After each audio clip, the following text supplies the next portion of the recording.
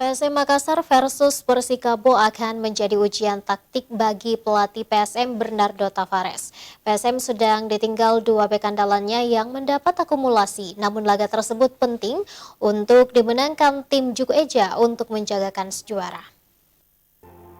Duel PSM Makassar kontra Persikabo di pekan ke-29 Liga 1 akan menjadi laga krusial bagi PSM Makassar yang kini sedang berada dalam jalur juara. Duel PSM Makassar kontra Persikabo di pekan ke-29 Liga 1 akan menjadi laga krusial bagi PSM Makassar yang kini sedang berada dalam jalur juara. Di tengah ambisi pasukan Rama yang ingin melanjutkan tren positif, dua bek andalan mereka Yuran Fernandes dan Erwin Gutawa dipastikan absen karena akumulasi kartu kuning. Laga tandang PSM menghadapi Persikabo akan menjadi ujian taktik bagi pelatih Bernardo Tavares. Tetapi merujuk pada beberapa laga PSM sebelumnya, pelatih berkebangsaan Portugal itu selalu punya cara untuk menambal kekurangan tim.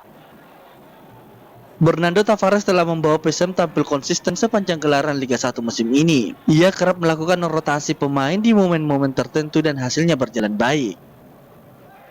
PSM Makassar kini menjadi kandidat terkuat juara Liga 1 dibanding Persija Jakarta dan Persib Bandung. Meski masih ada 6 laga tersisa, namun PSM diharapkan konsisten untuk memastikan kans juara tetap terjaga. Wahyu Saputra, Slebes TV.